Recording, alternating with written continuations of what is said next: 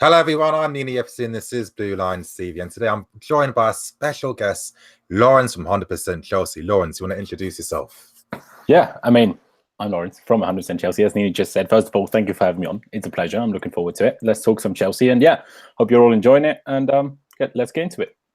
Straight to the point, I like that. And you guys, Younes is going to come on later on. He's literally going to come on around 9:30. I think he's running late from work. Not very professional, I know. No, I'm joking, I'm messing around, but he'll be on later. But yeah, we're going to be talking about the game yesterday. We're going to be talking about Alvaro Morata. We're going to be talking about Chelsea transfer news as well. And also, if anyone has a question they want to ask any of us, only super chats of this stream, because obviously I don't really want to mess up the further stream. But anyway, getting straight into the Arsenal versus Chelsea game now, Lawrence, what were your thoughts on the game yesterday? Were you pleased with the draw, or were you very disappointed? I mean, I saw your match review, so yeah.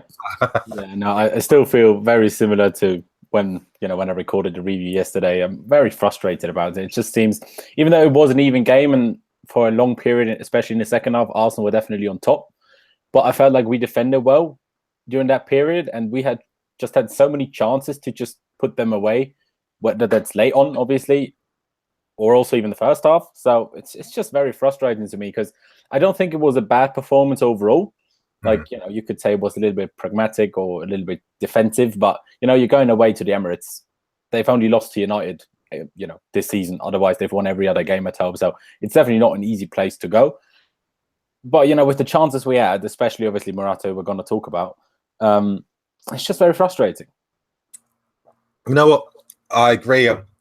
It's one of the most, we've had so many frustrating moments this season so far, but I kept getting these weird parallels between the Liverpool game from earlier and the game last night. Now, of course, last night we created more clear-cut chances. We're going to get into Alvaro Morata later on, but I got a bit of criticism for this, but anytime I like to make a point, I like to look at patterns that have happened previously. And there's one thing that I keep noticing, and I just think sometimes it's Conte's game management. Now, when he sets up teams beforehand, sets them up very well. The players know what they need to do. That's why you don't really see us, we never get exposed defensively. But it's when it comes to reacting to what opposition teams do to us, or sometimes when it comes to maybe making that tweak or that tactical change to give us the advantage. Now, only a few times have you ever seen Conte really do that. Sometimes, for example, this season, playing Pedro as a wing-back, playing Willian with a front three as well, sometimes switching to a 4-2-4, sometimes, very rarely, even having two strikers up front at the same time. But it's like a massive last resort for Conte before he ever makes that type of tactical change. And I just felt yesterday, if we had a Willian or Pedro up front with Hazard and Morata, especially because that right-hand side really wasn't tested, and I just felt it was so frustrating, because obviously Niles has done decent for Arsenal so far, but he's not a wing-back, and especially he doesn't even play on the left. I just felt that throughout that game, no penetration came out that right-hand side, and I felt that, of course, we saw the defensive gaps also were leaving them behind. It was ridiculous how easy it was to cut through them. Yeah. That right-hand side could have been a real issue, and it was just like Conte didn't once take the urgency to maybe try and, force some mistakes to happen down that sides, especially when you know that, Morata's finishing ain't great. There's a lot of responsibility on him to finish a lot of chances. Hazard can't do it all by himself. I thought that if we had one more guy up front with them, I think it would have been a comfortable win last night. I think so. My take on that basically is, so I've seen it a few times this season. It started against Roma at home, when we started obviously with a 3-5-2, and their wingers plus their attacking fullbacks exposed us in the wings, because our two wingbacks were up against two players each, and they couldn't handle it. As good as Alonso and Moses are, they're acceptable players, like they're decent, but they're not that good. They're not good enough to deal with two players each individually. And I think that's the issue that we face when we play 3-5-2. On the other hand, though, we did the exact opposite and started 3-4-3 against Roma away, and obviously got absolutely hammered, even though we missed multiple chances in that game as well. But, we did lose the game 3-0. So it's, at the moment, I feel like Conte isn't sure. Does he prefer to get exposed down the middle, or does he prefer to get exposed down the wing? And as he trusts the heading ability from the central players, the centre backs, he'd rather get exposed in the wing, even though it takes away some of our attacking flow. But he feels like, maybe we can nick a 1-0, get a draw, that kind of thing, rather than concede 3. Yeah. Even though against Arsenal, against Wilshere and Xhaka, I thought playing Kante and Drinkwater together would have been the best solution, because I thought, Kante can do a lot of running. You have to remember in both of those games against Roma, we didn't have Kante. That was a massive blow, and I think those games would have gone differently if we did have him. But I don't know, he just doesn't seem, and what you said about changing the game plan, I think that's more down to him not trusting the players to actually do what he needs them to do to change what needs to be changed during the game. Yeah, I mean, the points you're making are very fair. I do agree with what you're saying as well. Conte does seem to be happy with just leaving the flanks exposed, but this is sometimes why I do get a bit frustrated with him, because obviously we use a wing-back system, and it's like, if you stop that a bit from the wing-backs, this is how the midfield gets exposed. This is how the front players maybe struggle to have any influence because they don't have any attacking support around them. And what you're saying is right. Conte's thinking, well, as long as I keep that middle tight, as long as you've got Kante and who else is playing with them in front of them, that back three has become very compact and tight in the middle. It's like a solid 5. It's like a strong foundation. As long as that doesn't move, then I don't really care what happens. And I think that, I think with managers like him and Mourinho, the reason why they don't necessarily care about that stuff is because as long as they have that last resort protected, all they play for is for their team to get that one or two clear-cut chances in a game. And I think that I don't know. I think we don't have Costa anymore. With Costa, you can do that type of football. I think Morata isn't that same style. Maybe in the future he could be, but I think he's feeling the responsibility and the burden way too much when it comes to those chances. And I just feel that I think with the players we've had, I've always felt that we have to be a bit more expansive to really get the best out of them, because we're not the type of team that can just win 1-0 and seal out a game anymore. I agree. The thing is, though, you say all of that, and at the same, we had so many chances to score. So, it's always to say, woulda, coulda, woulda. Yeah. But if Morata takes those chances, we're looking at a easy 4, if not 5 goals in that game. And no one is talking about we're not playing, attacking enough, this and that and this and that. And obviously, most of those chances even happened because of Arsenal's awful defending, especially Morata's first chance that he had. But exactly. We still had the chances. So. Yeah, you're right. Exactly. 100%. The chances were there. Of course, when I make these points, I don't like to be like, 100% blame on the manager. Of course, the players have got to do their job on the field. But sometimes I feel that the managers can make their teams have the advantage. And it's just something I've noticed that, during a game like this, I really think if there was another attacking player alongside them, we would have had a better chance of scoring a goal. Because I mean, come on, if you've seen that Morata's missed 2 chances already pretty early on, I wouldn't feel extremely confident that he's going to take the final chance. You know what I mean? Throughout these past couple of months, how many times have we have scored more goals and not being clinical enough up front? So I think that's a sign of the team that maybe more attacking support's needed. And it's no surprise that when we do use a 3-4-3, we do tend to get more goals. And it's no surprise when we use those formations, that's when you see a Pedro or Willian getting on the score sheet. And I just feel that, Morata and Hazard maybe not necessarily is the front line just yet to get those types of goals. And I definitely feel that they need another attacking player around them. And like you were saying too, Arsenal's defence was clear open. It was similar to Liverpool. Both teams have this massive ocean of space between their midfield and defence. And I was just thinking sometimes, 3-4-3 is actually tailor-made for this now, because it's like, the issue they always used to face was that if we did man mark them and really press them aggressively, they'll lose the ball. But when they've got space to operate, that's when they really cause teams a lot of danger. And I just felt that, Bakayoko yesterday was supposed to provide those late man runs. We weren't doing it properly enough. He's not a proper box-to-box player. I don't know. I think Willian would have been ideal in this game. And I think that we would have definitely got 3 points. I agree. I even tweeted it during the game that if we want to win this, I tweeted around maybe 50, 60-minute mark. I tweeted, if we want to win this game, that was before we went 1-0 down. Yeah. If we want to win this game, we've got to bring on Willian for Bakayoko and Drinkwater for Fabregas. That's what I thought we needed to do to win that game. Obviously, by the time he did then bring on Drinkwater for Fabregas rather than bringing him for Bakayoko, that was in mind, right, it's just, 8 minutes to play at that point? Yeah. Get the point. And I understand that thinking, and especially with us getting the goal a minute later. I mean, yes, we did, give it away, say, at the end, but once we did get the goal a minute later, I was more comfortable having Drinkwater, Bakayoko, and Kante on the pitch than having Drinkwater, Kante, and Fabregas on the pitch to defend that lead for the last 10 minutes. So, like, if we would have done that, in hindsight, it would have really gone well. But obviously, I think he should have made that substitution earlier. Obviously, Sabacosta coming on surprised me at the time, even though it did kind of work well because Moses, I don't know, just didn't have a good day at all. You know what? I'll actually get into Zappacosta later on when you finish your point. Yeah. The one thing I do want to say is, I mean, you say that we score more and create more with 3-4-3, but we've had, you know, games like against Everton. Of course, Morata was suspended for that, but we did play 3-4-3, and we didn't manage to score. And we had other games in playing 3-4-3, Roma away, where we missed multiple clear-cut chances. We created them, but like I said, you know, we created them yesterday as well. Yeah.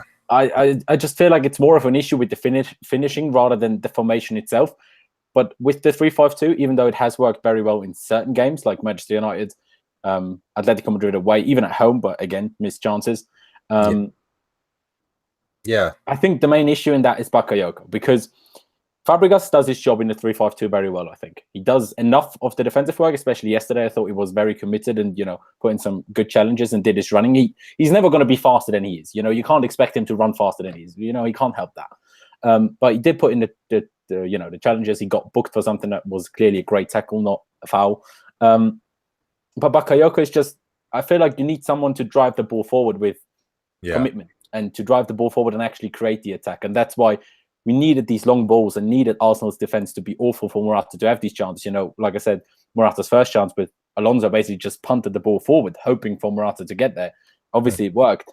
But because there is no one in midfield to drive it forward, and Fabregas can't drive it forward himself, he can pass it forward. But then it's also, again, just Hazard and Morata up top. But there's no one to properly support them. Yes, Bakayoko did have that one chance, and, you know, he did better than Morata. At least he got it on target.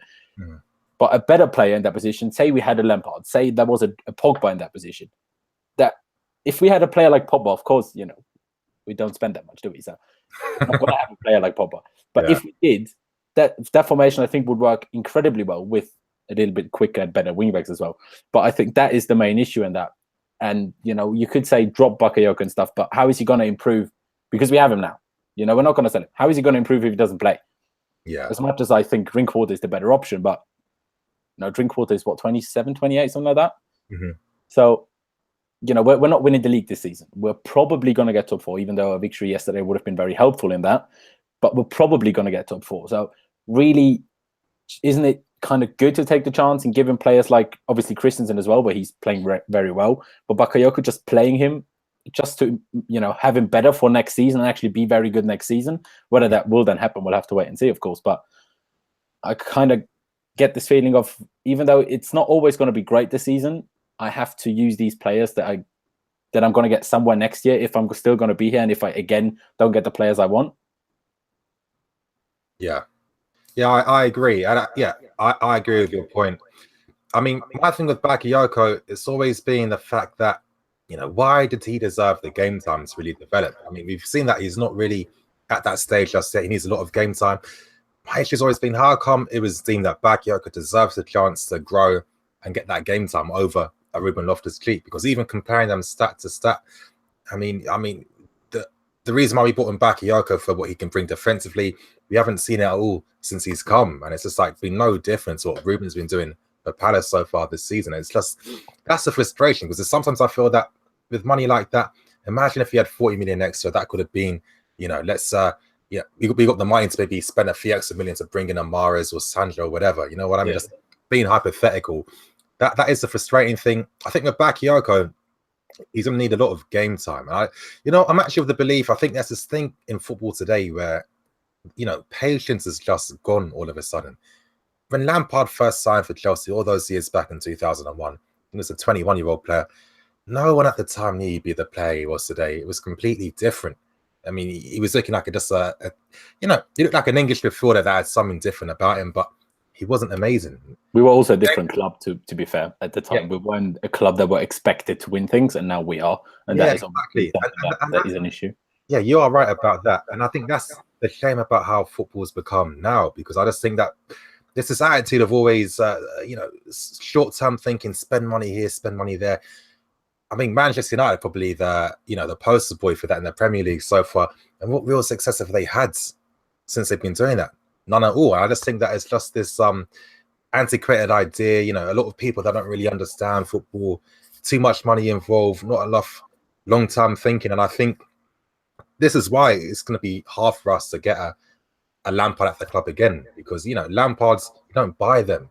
It's okay to develop players to become something, especially if you're at a club like Chelsea where you've got a lot of great top class players around you.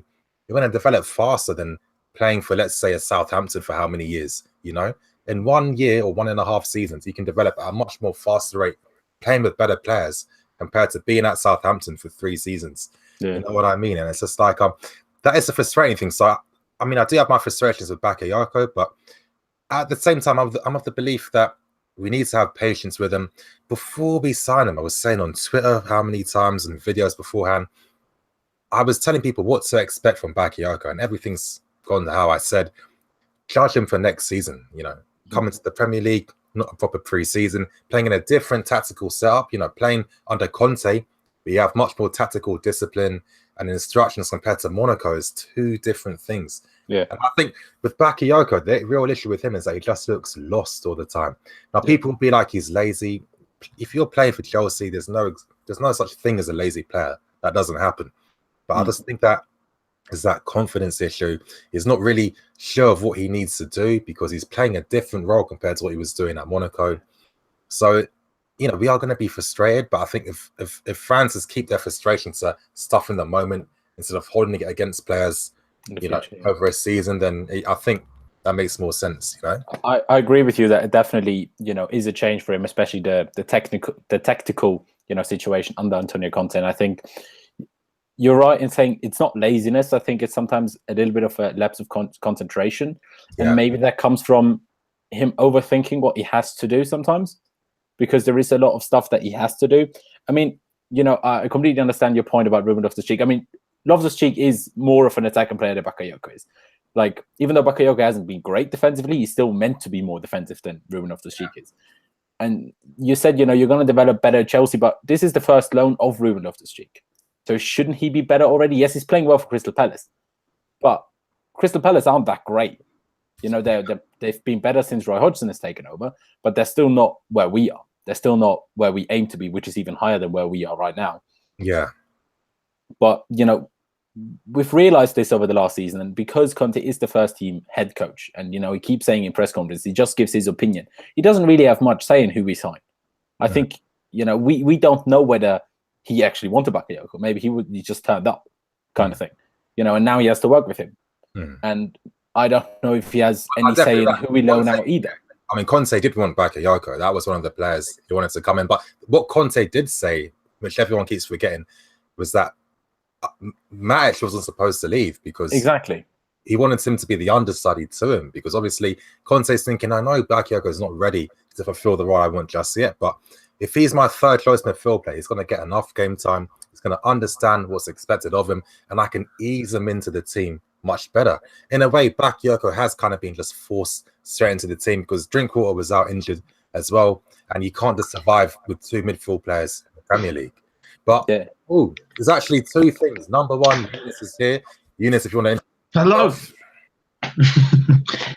How's it going, guys? Lawrence, nice to see you, mate. Nini, thanks for having. Yeah, nice to see you too. Finally came. And we've got a super chat. Alexander. Okay, hey guys, love the content. Got an exam tomorrow. Good luck for your exam. So can't watch today. Okay, can you pick one goalkeeper, defender, midfielder, and forward that the club should buy and sell in 2018? Okay, cool. Younes, who just came here, I'm going to leave that question to you.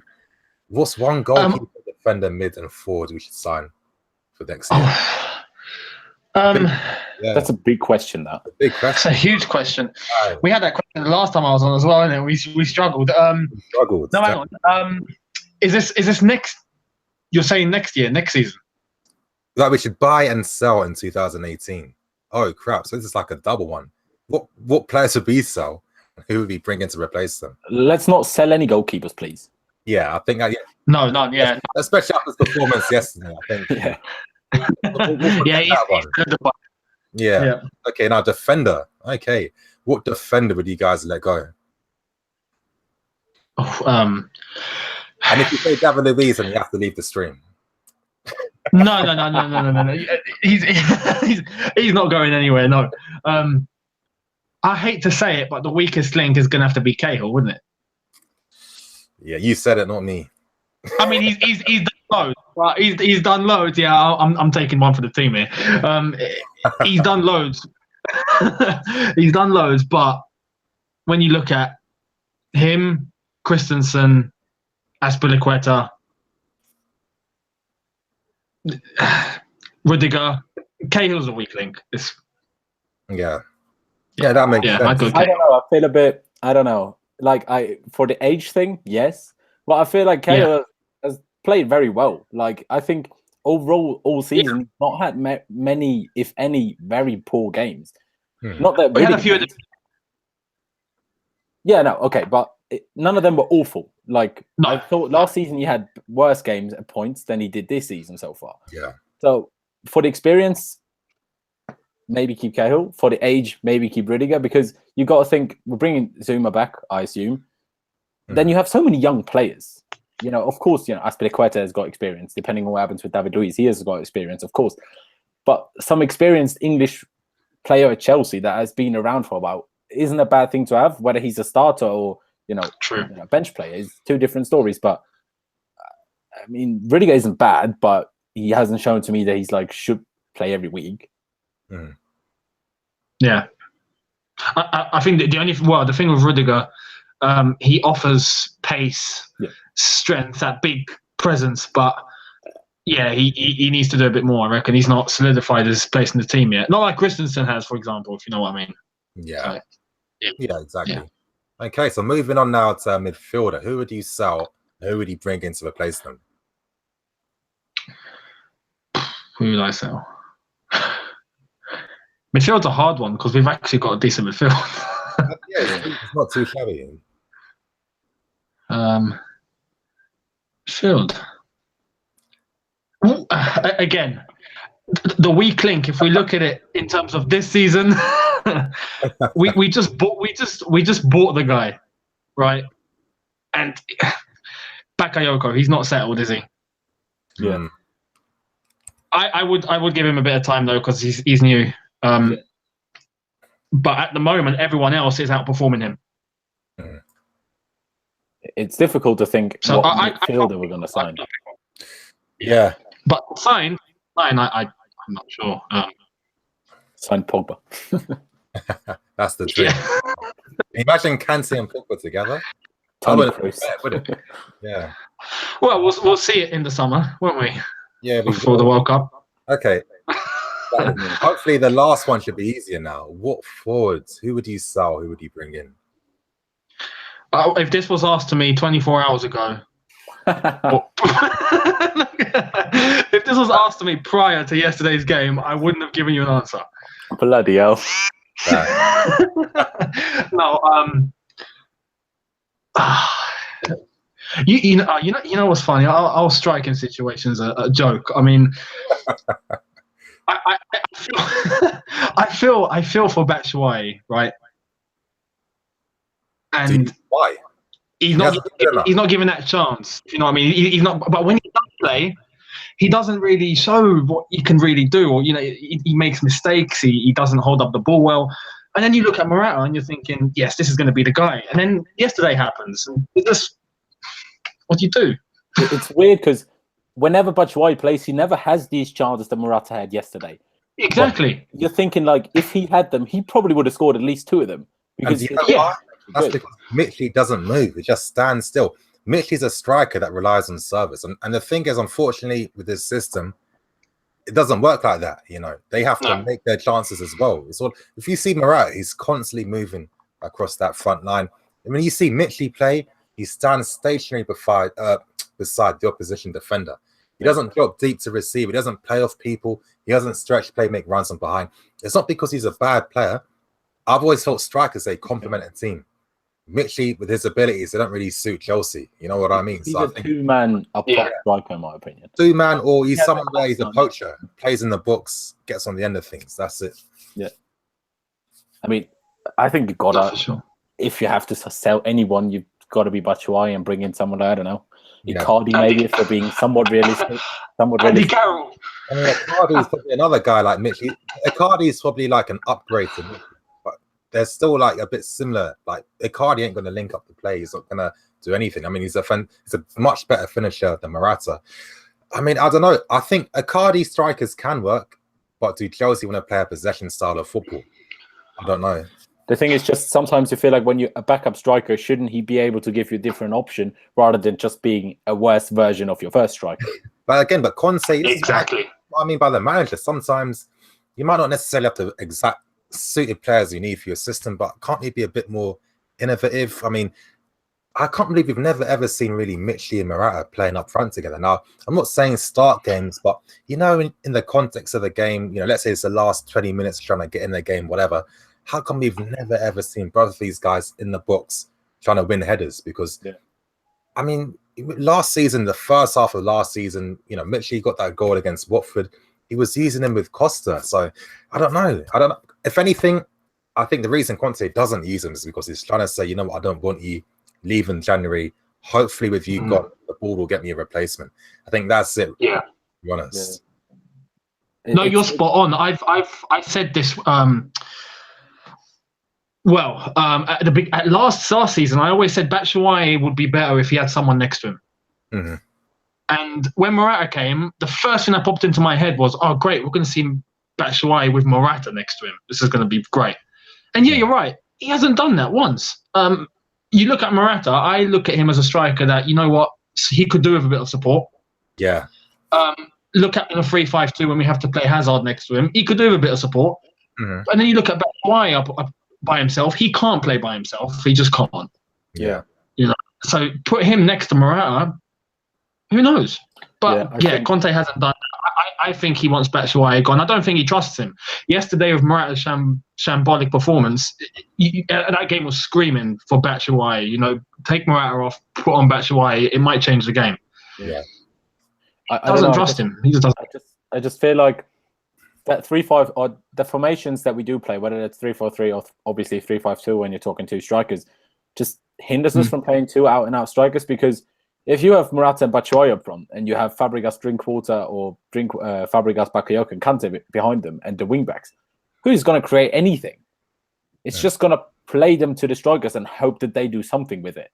Because there's no Hazard, there's no Willian, there's no Pedro that can actually go past people. And obviously, you know, Nini keeps saying, change the formation. The only thing I have with the formation is we've been playing every 3 days since October. There's no time to work on changing formations. You're right. But I was actually thinking, let's say there's certain games there, we've got Norwich coming up for this weekend. I mean, we've seen before at Chelsea, maybe managers who are maybe trying to get the squad to maybe not adapt to a new system, but have a backup system to what they're doing as well. They sometimes use those type of cup games against weak opposition to really test out and see it working. Yeah. I think definitely there's opportunities for that to have happened, but I think we all agreed upon, Conte just doesn't want Mitchell, and this is why he isn't using him. I think this is why Mitchell hasn't had time to really develop, because think about it like this: manager doesn't want you.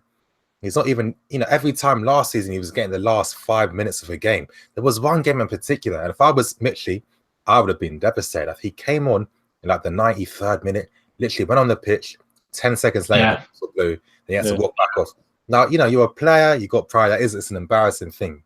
You're playing in front of like 42,000 people as well. It is going to be embarrassing for that to happen to you. And I think, to me, that really signifies straight away that Conte will never, ever use Mitchell. I think if Mitchell had maybe 50%, 10% more game time, I think he could develop more. But if you're playing like 90 minutes every month sporadically, you're never really ever going to get better, are you? Yeah. It's just, I'm never too sure what's going on at the club with who does, because you said Conte definitely wanted to bring in Bakayoko, but I mean, unless people close to Conte, I'm like, do we actually know that? Just because even if a lot of reports, even if reliable reports say so, that doesn't necessarily mean it's true. The way Conte speaks in press conferences, I'm like, does he even want any of these players that we signed recently? Alonso seems like he did. Otherwise, I'm not really sure. Morata, okay, fair enough. But otherwise, I'm not too sure. So I mean, was Batshuayi even his first signing under Conte? I mean, did he even want him? Yeah, I don't know. I mean, there's been a few. I mean, Mitchie wasn't, because that was an Emanalo one. You know, Mitchie was signed before Conte came in. Yeah. Exactly. So he had no say that. He just had to inherit him. And Yeah, Conte was in the Euros. Yeah. So really, when he first signed, he was like, you know what? Well, I'm managing Italy. I don't really know the squad of the players. You know, I'm too busy focusing with another team at this moment in time. I think this is one of the reasons why he accepted the first team coach role, where it's like, you know what? I don't really have a say in signings. I just need to manage the players I have, find the best solutions with them. But I think he's definitely had a say. I think Kante was one. I mean, there were reports too saying that he had conversations with him, and that's what persuaded him to come. Bakayoko was the same. Conte had another conversation with Bakayoko, because Conte's always wanted him. Last January too, we tried to bring him in during that time. Bakayoko didn't want to go because he could have won a league title with Monaco, and obviously they're having a great year. They didn't want to jeopardize that. But I don't know. It's weird. Now Conte, you know, it's true. He definitely doesn't get all the players he wants. You know, I've been told a few things. You know, I'm lucky that I've known like a few sources. You know, Conte ideally would want more number 10 strikers for those 3-4-3 areas, not necessarily wingers, because obviously when they're collecting the ball on them half spaces, you are collecting them as like a number 10. Like, you know, throughout Conte's managerial history at Juventus, you know, having your Vucinic, that Montenegrin striker up front, I just butchered his name completely. Carlos Tevez was one. That type of striker that can collect the ball in those areas, and you know, it's more of a 3-4-2-1 rather than an actual 3-4-3. Yeah, exactly, because you know they're not collecting the ball out wide. Exactly, so that's what it's more like. And I think, you know, Chelsea, you know, as we've seen, we're not signing those types of players, and you know, in a way, it is like a friction in a way, because it's like, you know, Chelsea are thinking long term. You know, if Conte does go, you know, in number 10 positions are really dying up in football these days. Not many teams are using them. If a new manager comes, he's probably going to use wingers. What are we going to do with these guys? You know what I mean? Yeah. And this is the issues they're having. I don't know. It's such a weird one, but I think end of the day it comes down to Chelsea. We create our problems for ourselves. You know, it's not fair on Conte necessarily, because it's hard. You know, we've got a history of not really giving enough power to the managers in terms of what they want. Because here's the thing: a manager side that if they were to 100% get everything their way, you get success. But then, you know, maybe we keep going for certain managers that don't really suit what the club want. So we create this unnecessary friction for no reason. And this is why, you know, we're already hearing reports of Conte would look at the Paris Saint-Germain job if he was to leave, you know. Conte hasn't committed yet. He still hasn't signed a new contract. And it's like, we're in 2018 now. The season's going to... Has he been offered a contract, though? Because I don't think he has. The club at least offered one. But he signed basically a pay rise in the summer. Sorry. He signed basically a pay rise in the summer, didn't he? So... That's it, but not an extension. That's not an extension. I've heard little whispers that discussions are about to start, but nothing's actually set. That's it, and I think January's going to be a big sign to see. I think by the end of this month we'll have an idea if Conte is going to be here for the next season or not, depending on how it goes. Have you heard what Conte's spoken about in the press conferences? The way he speaks, I feel like he's not even sure we're going to sign anyone. Yeah, like, he's that just seems frustrating. Like, imagine we don't sign anyone. I think with Conte, it's not even as anyone, but the right type of player, as he was saying. I mean, you know, of course, you know, he wanted Alex Sandro, and all of us wanted him in the summer. The deal didn't happen. That was a frustration. I don't necessarily think it was 100% the board's fault. I mean, you know, it's the Juventus end of the day. They don't sell all their best players in 1 year. You know, it's usually one player per year. You know, Tevez before, Pogba, Bonucci last year, etc. Sandro probably this summer. There is always this thing with, like, do they act quick enough? You know, we all know that Mourinho likes to penny pinch a little bit. And, you know, the rumors that were going around is that if we moved in quicker, they would have sold us Sandro, but they would have forced Bonucci to stay. And then, you know, they signed Bonucci, so they weren't selling Sandro. You're right, because because here's the thing: we didn't negotiate from 60 million straight away. It was from 40, and then gradually increasing. And of course, you know, by that time, Bonucci forced his move away. Milan paid the 40 million straight away. Juventus were like in two positions. First of all, we don't like Conte because of their previous history beforehand, so that was always going to be like the thing holding everything up. And also, second thing, didn't pay big money straight away. I think sometimes tactically you've got to do that shit sometimes. And the third reason, didn't get a replacement. No way you're going to sell Alex Sandro and you're going to use De Siglio at left back for the season.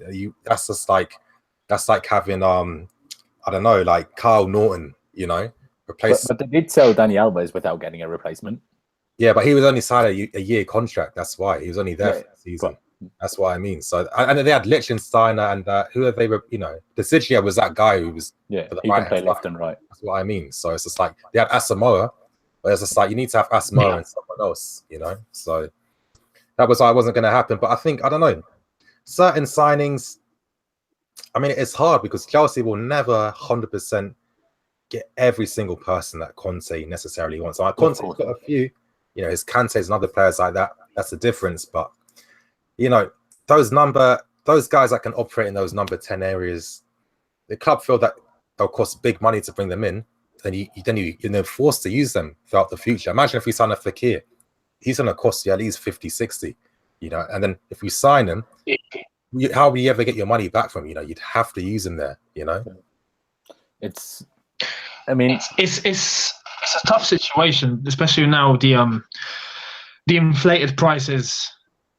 Everyone's value is going up just simply for the fact, for Neymar's gone for God knows how many million. It's everyone's value goes up. And Chelsea, I feel now, have reached a point whereas before we wouldn't have minded to splash a little bit. Now we've got to the point where we're just like, is it worth it?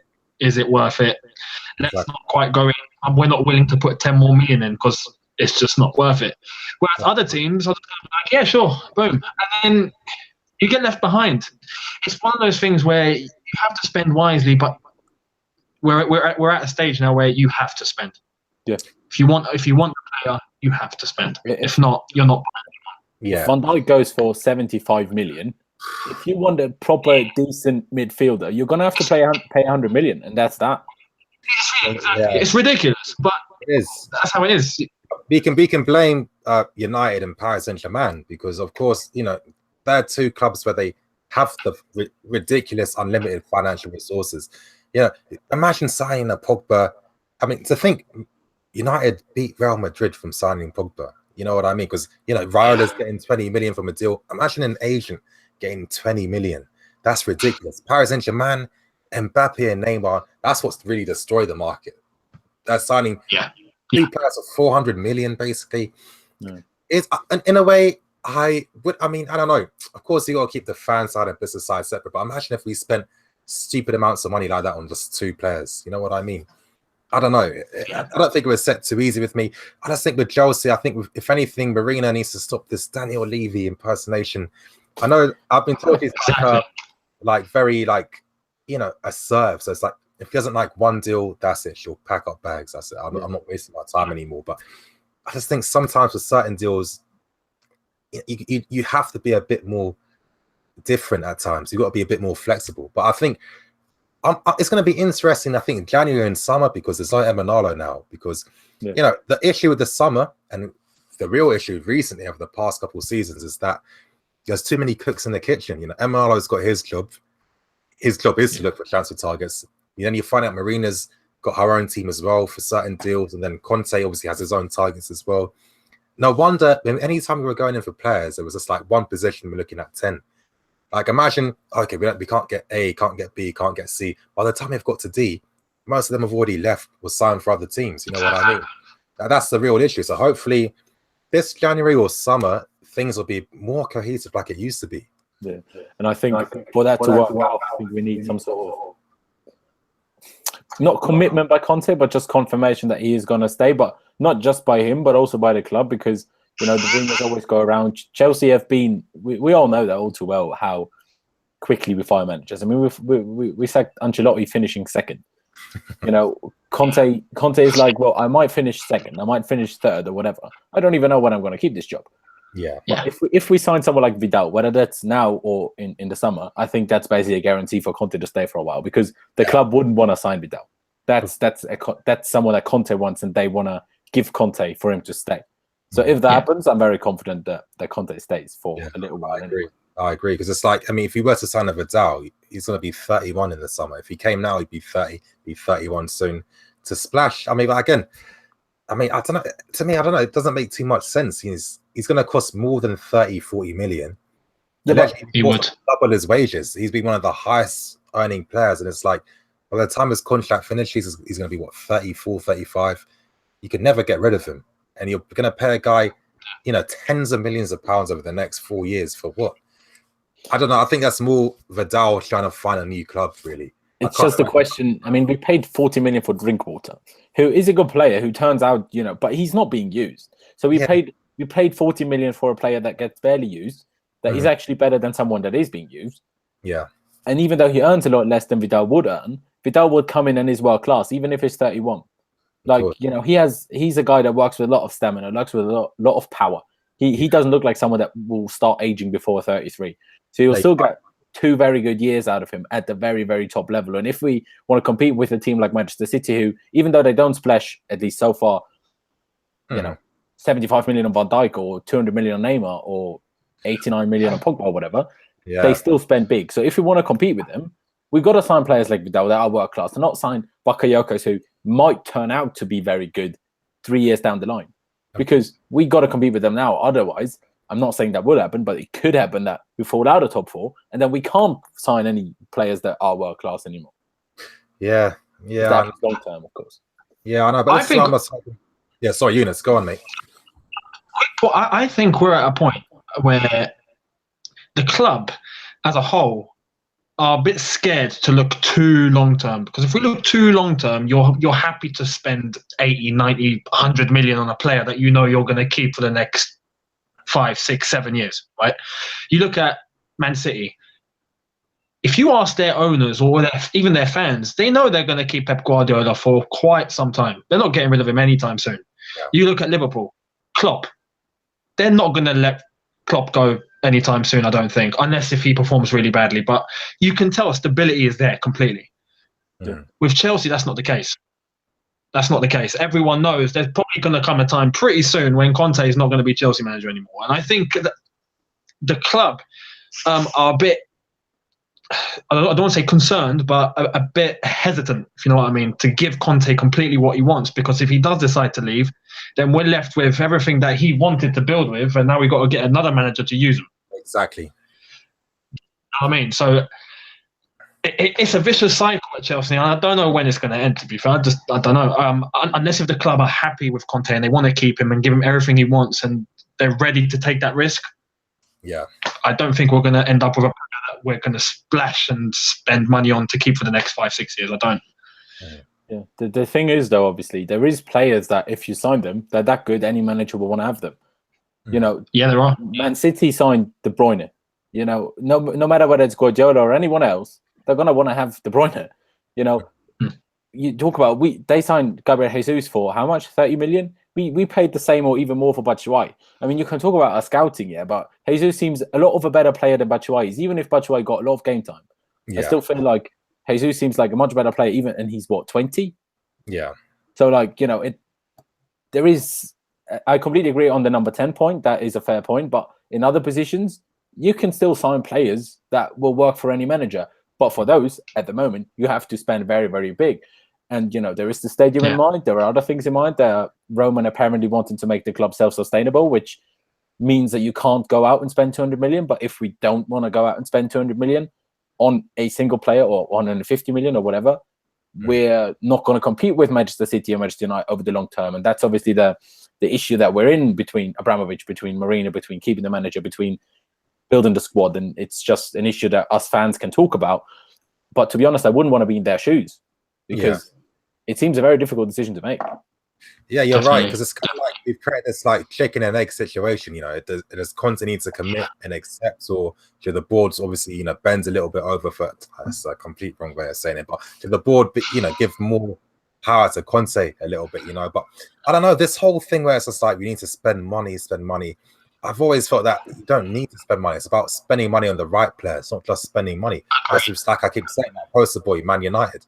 They've done nothing. They spent more than $1 billion in over how many seasons since Sir Alex Ferguson left. And I always find it like so funny because Sir Alex Ferguson won league titles with 40-year-old gigs, with awful squads, if we're being honest. Awful squad.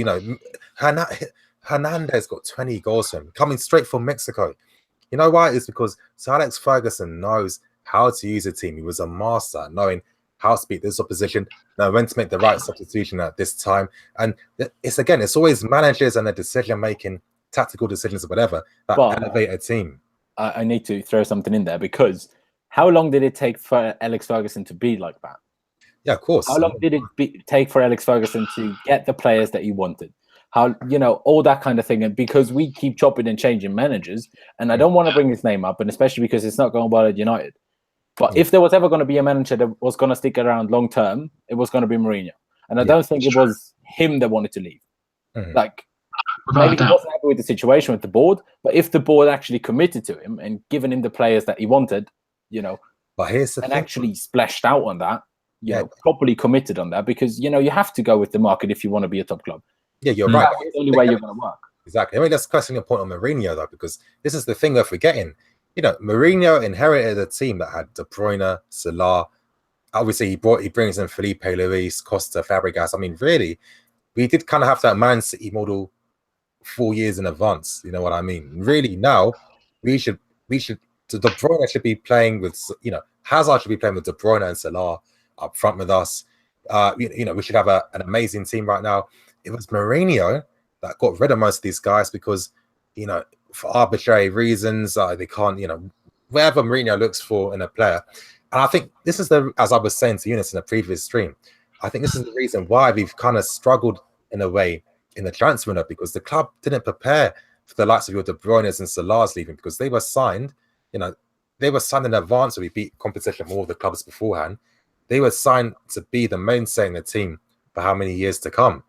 When Mourinho comes, most of those players go, then you're kind of a slave to the market. As that 15-16 season pointed out, we tried to go in for Pogba. Can he really blame the club for not wanting to pay Morata 20 million in wages and then pay ridiculous amounts of money? I'm not going to hold that against the club. Of course not. Exactly. What left backs were available on the market during that season? There wasn't really anyone. We beat United to the signature for Pedro. A lot of us fans are happy with that in that moment in time. Falcao, I mean, he's seen as a world-class striker now with what he's doing at Monaco. Him being a backup to Costa, you're thinking, oh, wow, these two played amazingly together at Atletico Madrid. It didn't seem too bad at that moment in time. We signed a 20-year-old Mbaba Rackman because it was like, what other left-backs were there?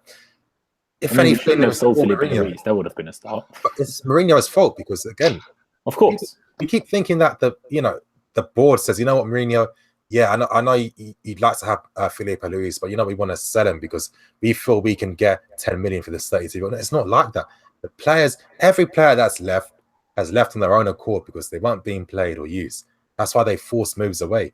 We need to accept that. That's why we're in this current reality that we're in. And I think the club don't want to make those same mistakes anymore in terms of, because obviously it's affected us. I mean, Lukaku, 70 million or 90 million he's cost. De Bruyne, one of the best players in the league. I mean, hundreds of millions were saved because of smart planning by Emanalo. Smart planning in terms of signing these players before any other clubs are going in for them. Because this is the issue we're having now. When we want a player, 3 other clubs want that same player. So it's not as easy anymore now. It's why it takes probably a year in advance to negotiate with a player previously, like, Diego Costa, for example.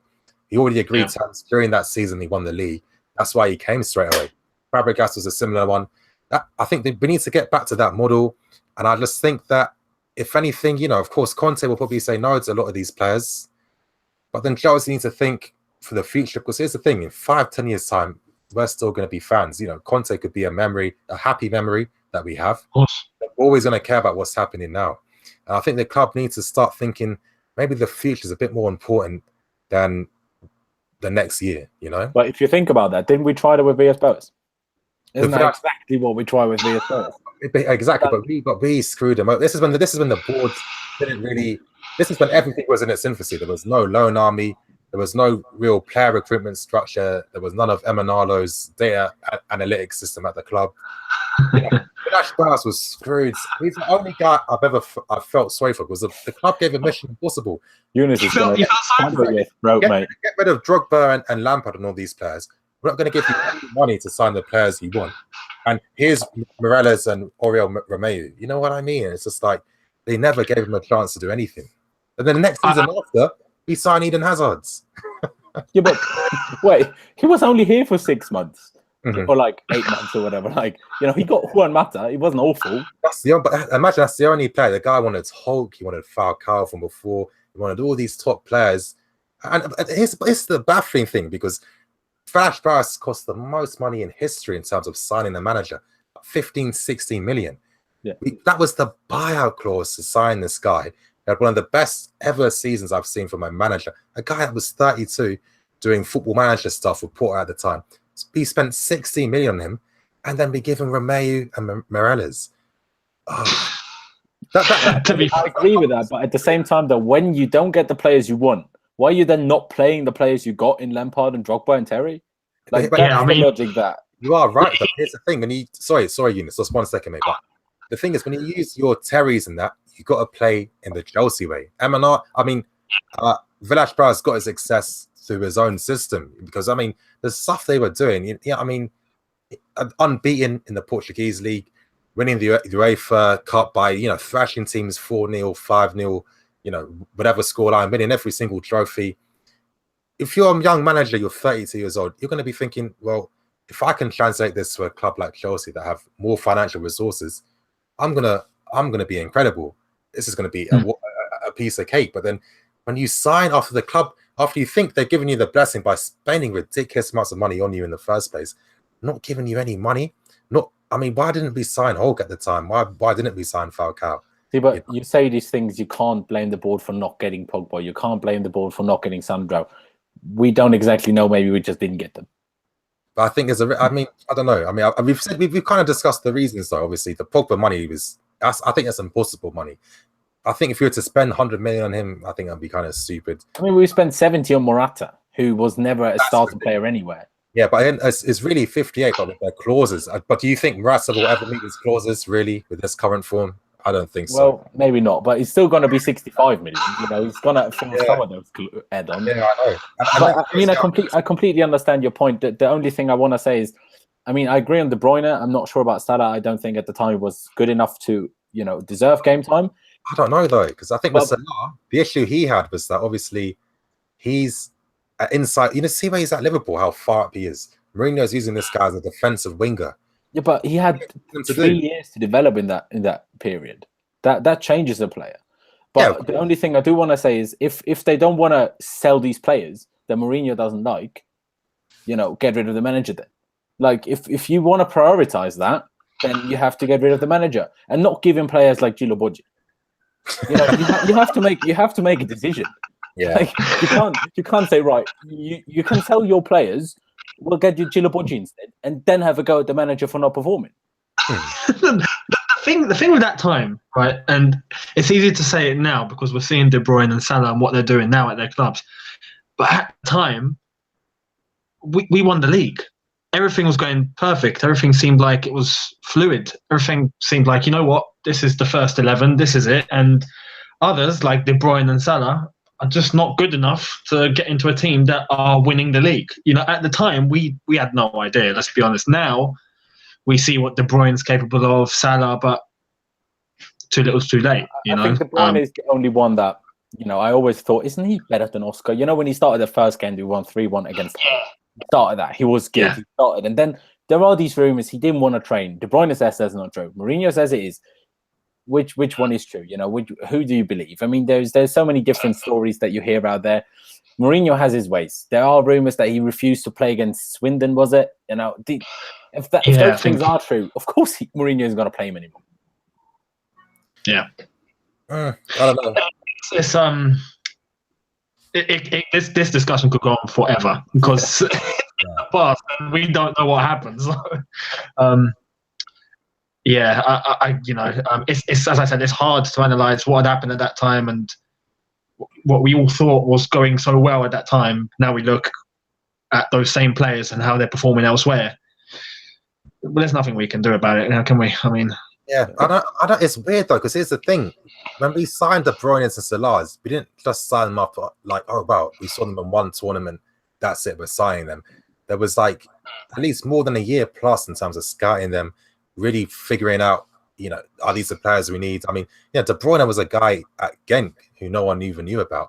We signed this guy for 9 million. So obviously that was quite a lot of money for a guy from Belgium, for someone so young at 19. Salah, I'm not gonna lie, I've saw Salah play for Basel before, only in European games, you know, against your Tottenhams, your Liverpools. And I thought against us as well, but even before that, I was thinking, this guy looks fantastic.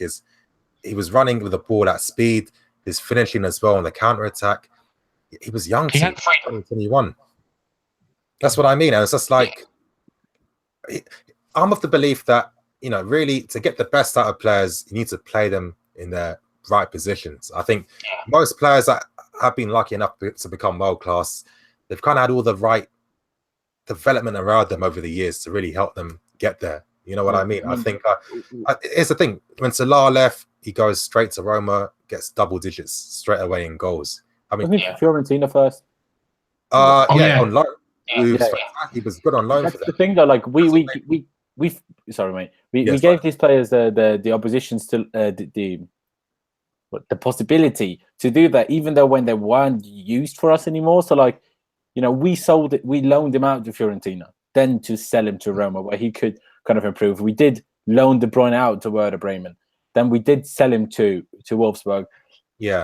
It's like we give them the opportunities, and then yes, we don't capitalize on it, but at the same time, they're like, we have players that were winning the league. So like, you're like, well, right, we have this very good player here that was out on loan. Is he going to come back now? But he's now used to playing. So what we're going to do with him if he doesn't start every game? Yeah, exactly. It's like with Ruben Loftus-Cheek, he starts every game with Palace now. It's the same with Nathan Ake when he was at Bournemouth. He was very happy there. We recalled him, barely played. Right, I'm off again now because I got used to playing now. So what do you want from me? I don't want to be a backup. Yeah, I mean, it's weird. I think, I don't know. It's a bit of a side note, but it relates. But I think Conte can really, I mean, it's no surprise why Conte and Mourinho clashed. I think Conte can blame all his frustrations for why he has such a hard time to Mourinho. Because Mourinho, I think the club realized, oh shit, we can't be making the same mistake of giving too much. I think that's what they realized. They realized we've sold a lot. Because here's the thing, we keep thinking that the club just really agrees on everything the manager wants to do. There's a lot of people behind the scenes in a club. They have their own preferences, and that a lot of them didn't want to see these guys going in the first place. I think the biggest example of the club realizing we're not going to do this mistake again was obviously saying Lukaku. Now, the reason why he went for so much to Everton was because they were like, you know what? Originally, Everton were going to have a buyback fee where we could bring Lukaku back for a certain amount of money over the years, whatever. Mourinho was like, you know what? No, I'm going to be a long term. I'm never going to use this guy. I never want him. Sell him, get him some money. Now, I mean, first of all, Chelsea shouldn't even be listening to the manager because it's just stupidity. Because here's another example: Alvaro Morata. He goes to Juventus, buyback fee 30 million. They sign him back, keep him for a year. They sell him for more than double the money. That's what you do. That's the common sense. That's the business sense. So, you know, it shows you that these types of managers, we go, well, the people behind the scenes in the board at the time, I don't know, but it's utter stupidity. This is why obviously Conte's having a hard time. But I mean, I think Mourinho really was just a massive curse to everything at Chelsea. And I think when he leaves, it really takes you a few years to really eradicate that Mourinho curse, because that's, you know, you're either going to keep him long term, and you know, you compare him to what Ferguson did at Man United. If you're going to want to have a long term manager, you're going to have to consult your manager on, you ever want him back? If you're going to stay long term anyway, do we put a buyback clause in it? If we want to do something like, you know, Ferguson did at Man United, that is the right move. If we then end up sacking him for having a bad season, then, you know, rightfully second him, yes, even though he wasn't to blame for everything that happened, but obviously for you know, a lot of it, let's say. But you know, you have to always, I completely understand what you're saying, but if you want to give the manager the opportunity to do something, Lukaku is always one for me that just pissed me off, because Mourinho confirmed this in the press conference. He did. He said, one day before the deadline day, I want to go out on loan. Like, what you do after he missed a penalty against Bayern Munich, and then we had to sign Samuel Eto'o and had Demba Ba, Torres, and Eto'o for a season. Yeah. If Lukaku had the balls to stay that season, we would have won the league that season already, because Lukaku would have been the starting striker from October, because Mourinho wasn't going to start Bar Torres when you had Lukaku there, who, you know, did very well at Everton. I think so anyway. Probably would have won the league that season, but Lukaku wanted that low move, according to Mourinho anyway. Might not be true, but that's what I know anyway. Yeah. You know, like Mourinho, and if I was in Mourinho's shoes in that situation where I'm like, right, this player's here, we have two decent strikers, but they're not world class. There is a chance of him playing ahead of them, but he wants to bail out and loan out and go on loan because he wants to make sure he plays. Yeah. Does he have the fight to try and play for me and give everything to play if he bails out? If he has only Torres and Bar ahead of him? It wasn't Costa ahead of him. It wasn't Aguero ahead of him. It was Demba Ba and Torres. And he bailed out, if you will. I understand as a manager why I'd feel like, well, he clearly doesn't have to fight then. Yeah, no, you're right. But I'll give that example of Demba Ba, because obviously, let's be serious. When he finally started playing, when Mourinho finally started to see the common sense in using him, he was our best performing striker. You know, obviously, scoring decisive goals against Liverpool, Paris Saint-Germain. He had that hold-up play where he could actually win balls in the air.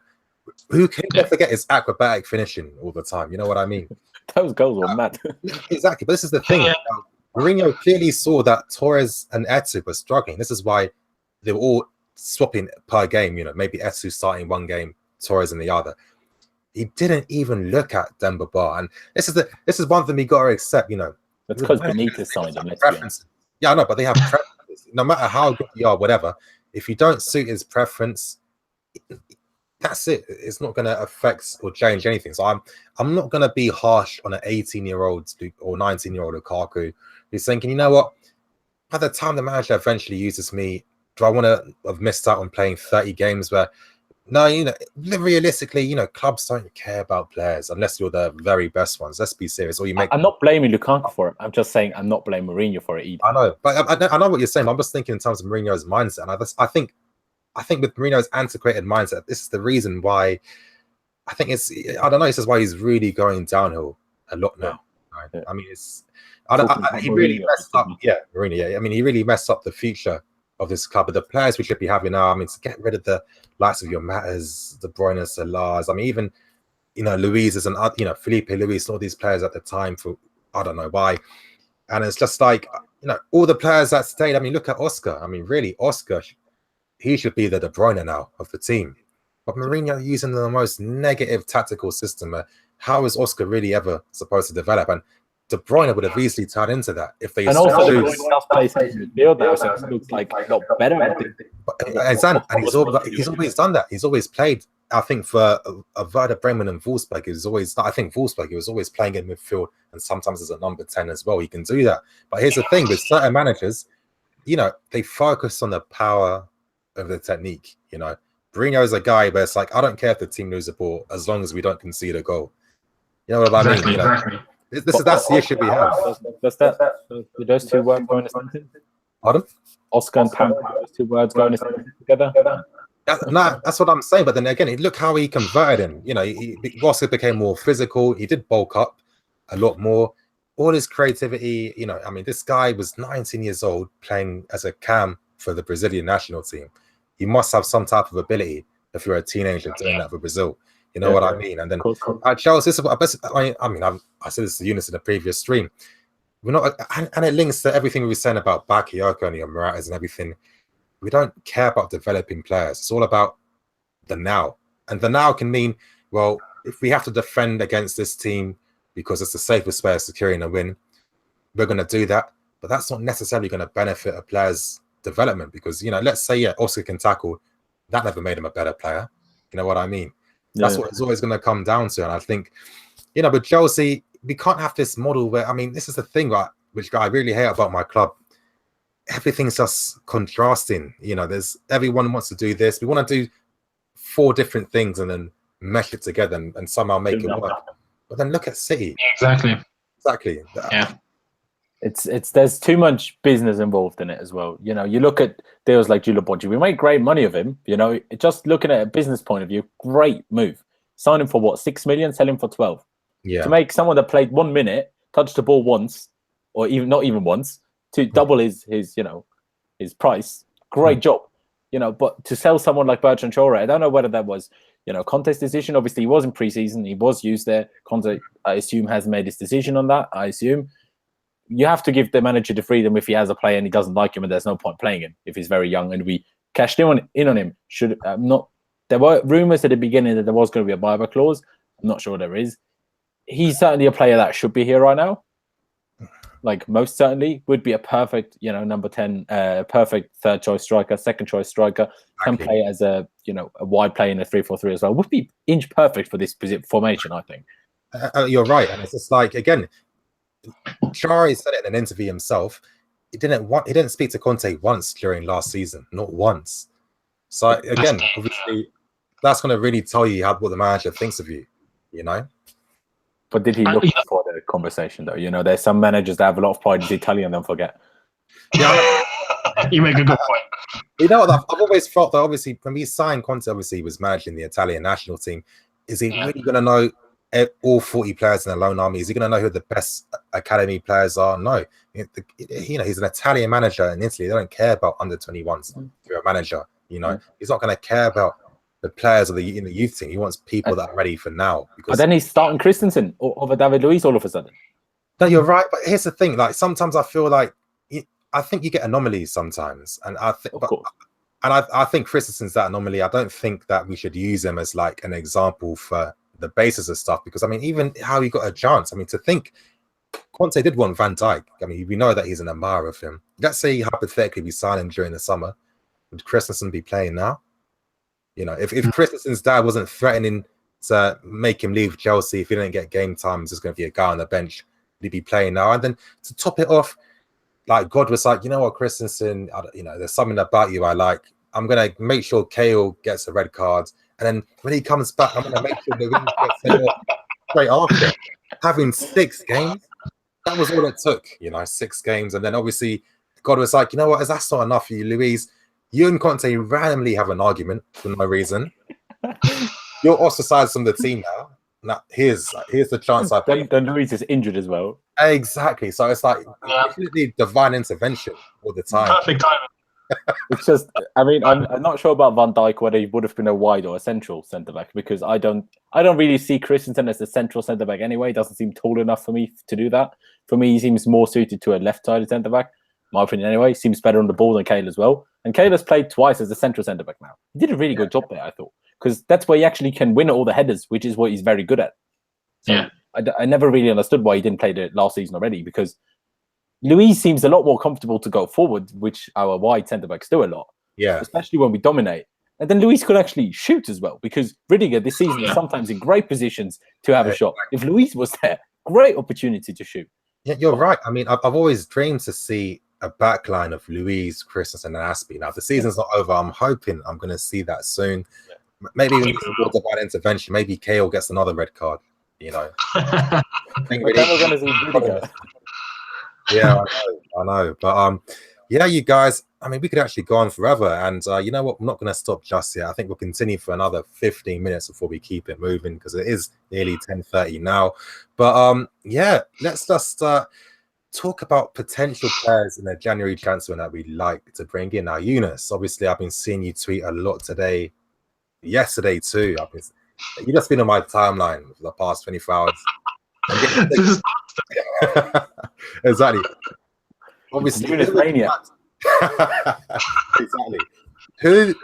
Who are you hoping that the club are going to start trying to talk to or try to bring in? Who do you think we actually need in this team to get us back on track?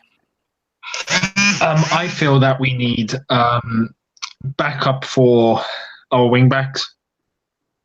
The name that's always popping up now, and actually popped up today, was Sandro as well. Apparently we're not willing to pay the money. That's in the rumor. Anyone in it, like, just pay it then. Can I say one quick thing? Yeah. I've actually heard this for a while, and I've never said nothing because I'm just hoping it was maybe this guy's wrong. I'm hoping it ain't the case, but I've been told that the club don't want to spend the money on him, and they're looking at alternative targets. And of course, we heard Conte what he said in the press conference yesterday. Even then, he didn't say it to the English press conference because he's like a different guy in England. He said to the Italian ones, I never get what I want. It's just my life. I don't know. It's just it's Go get a tissue. Yeah, I know. I'm just praying, because here's the thing. Anytime it comes to all this football news, the actual reality is no one knows what's happening, like what happened 4 hours ago.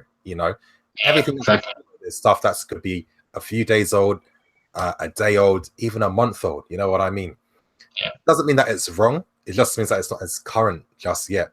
It's just stuff's old, but I heard this 2 months ago. I was told, so I'm scared now that it's actually come out. Yeah, it's just like Sandro is a player. I feel like no matter what manager we have, whether Conte leaves or whatever, Sandro is always going to be a left back that is very good, and that most managers will have as your starting left back. Or left wing back, whatever formation you're going to go with. Even though I think he's a lot more suited as a wing back, but he's a player that you can spend money on. Like Nini obviously said earlier about the centre attacking mid positions, the number 10s. That is a position that I completely agree with you. That is difficult to spend on, because what if we have a manager that doesn't use them anymore? But everyone loses a left back or left wing back. Everyone.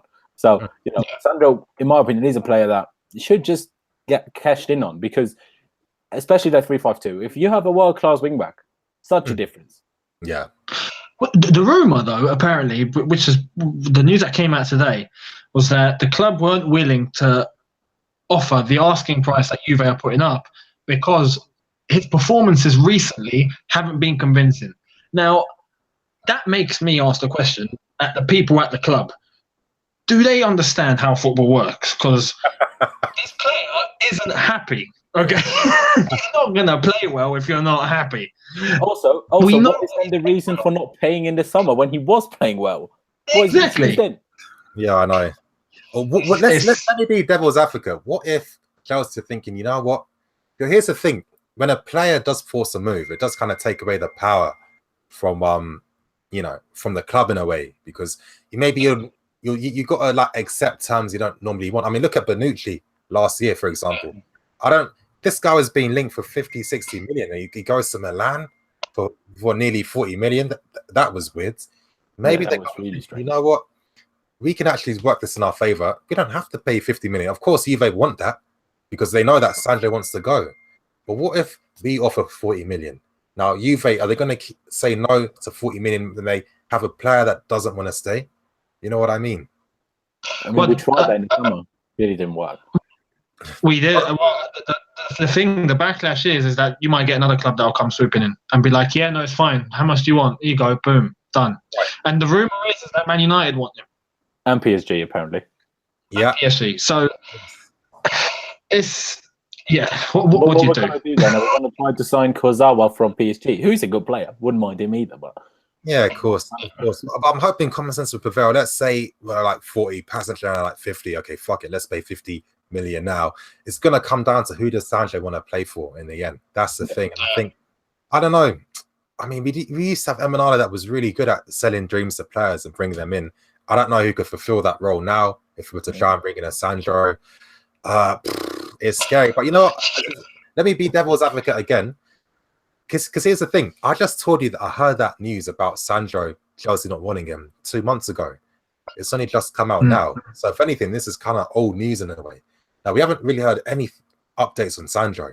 What if Chelsea are thinking, you know what, maybe it would be stupid to broadcast it? Because I actually said in a recent video, I was told that we wanted to bring in Tolisso from Lyon. Obviously, when, the hold up was obviously figuring out how to actually get this deal done. The stupid thing was that once it became known how much he was available for, Bayern came from under our noses, sealed it just like that. He signed for them. Yeah. I mean, the rumor that I heard from L'Equipe, obviously the French paper, was that we actually put in the same bid that Bayern did. In the end.